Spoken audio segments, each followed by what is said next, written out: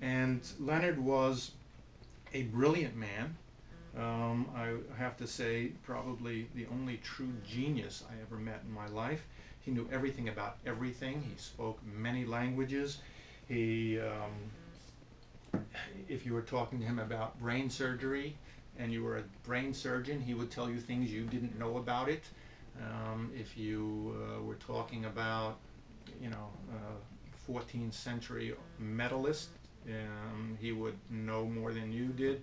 If you were a sociologist, he would tell you the latest studies in your field. He knew everything, and he was a brilliant man. Um, but he didn't have any. Um, he didn't have understanding that this book was to teach specifically to count. So we sent the drawings to our editor, who of course came back with what you would expect. That's not the point of the book. And eventually, the editor who came up with this idea originally declined to publish the book because it was more trouble than it was worth.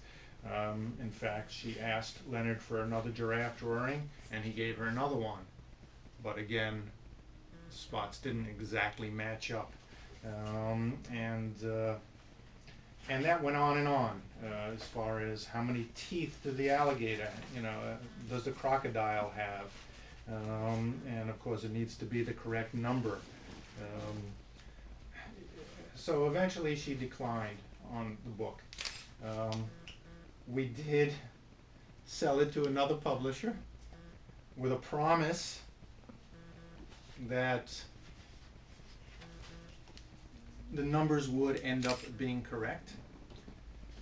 And here is Leonard was actually he died. He never saw the finished product of this book. He died before it came to fruition. He had finished all his drawings. Um, but the secret that you are hearing now on tape for the first time for this exhibition is that, in fact, we altered some of the drawings with Leonard's permission, so that on the giant squid, a couple of these arms were painted by an assistant, not by Leonard himself. Um, the Some of the teeth on the crocodile were laid in afterwards. And here, this is interesting for an exhibit of collaborative art.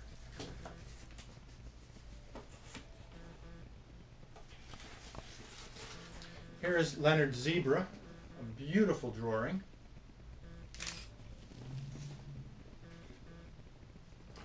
And here are 90 stripes on the zebra, which was set over so you can count them yourself and get the exact number. So for the book, you can count, but the original artwork, of course, remains as Leonard conceived it. So this was a fun book for me to do. It was also trying at times. As you probably have learned in your research for this project that you're doing, it's very unusual for artists and illustrators to work together collaboratively. In general, they're kept apart. That the editor's job is to find the illustrator for your manuscript. Most writers do not get a chance to meet even the illustrator who did their book or talk to them until way after the book is done. The editor is in a sense creating a marriage, and they don't want conflict between often the writer and the illustrator. They don't want the writer calling up the illustrator and saying, well, I kind of envisioned that shirt is blue instead of red. It has to be, the illustrator has to take that story and create their own version of it. If they are just doing specifically what words you wrote in the book, then it's my belief that you don't need the illustrator. The words are doing the picture. A successful children's book works when the words and the pictures create a greater whole. And that only happens when the illustrator feels free to create their own vision on the story. In fact, my first book with Leonard, Did You Say Ghosts, was republished a few years ago with a different illustrator. And for me, it was very educational to see how the same words could have created two totally different books. They have a different mood, a different feel, they're for a different age range. The words are the same, but the vision of the illustrator created something totally different. I've been fortunate in many of my books to buck that trend and been able to work with illustrators directly, primarily I think because my day job is working with artists. Most of the editors understand that. I know how to work with artists. I know when to step away. I know when to give advice. And Leonard and I were so close that we really worked on our projects together. We would go off and create our own thing, but we also gave each other total space and freedom. So I'm pleased to have done all these projects with him. I'm pleased to have both his working papers and all the changes together that we did in a number of books, and it's been a pleasure. What else? All right, that's really a lot of it. The question I've been asking everybody: do you have a favorite page in the final book of 10 Times Better? Do I have a favorite? I don't know. I haven't. This book is old. I haven't looked at it for so long. What did I do with it? I'll look through it.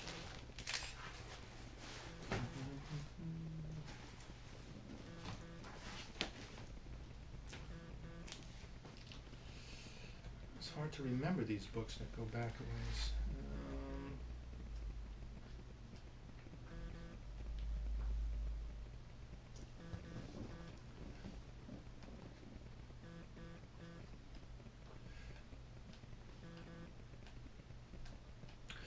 Yes, actually, I do. I love that crocodile. Um, and and yes, the 60 teeth are laid over the original drawing. Um, Leonard did 2 or 3 different crocodile drawings, which I could probably show you here. But this one coming straight at you is, I just think, a beautiful, beautiful design, and and I just love what he did with this. Let's see if I have some of his earlier studies, because it doesn't just happen. He also is playing with a bunch of ideas, and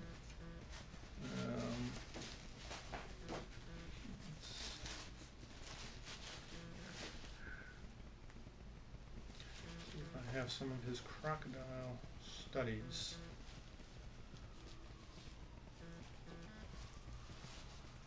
Well, yeah, actually. So here are, which I had up before. Here are the 2 studies for. Can we lay them down to get a picture of them? Great. And actually, I think the finished piece is hanging in my bathroom. Is it? Yeah, it is.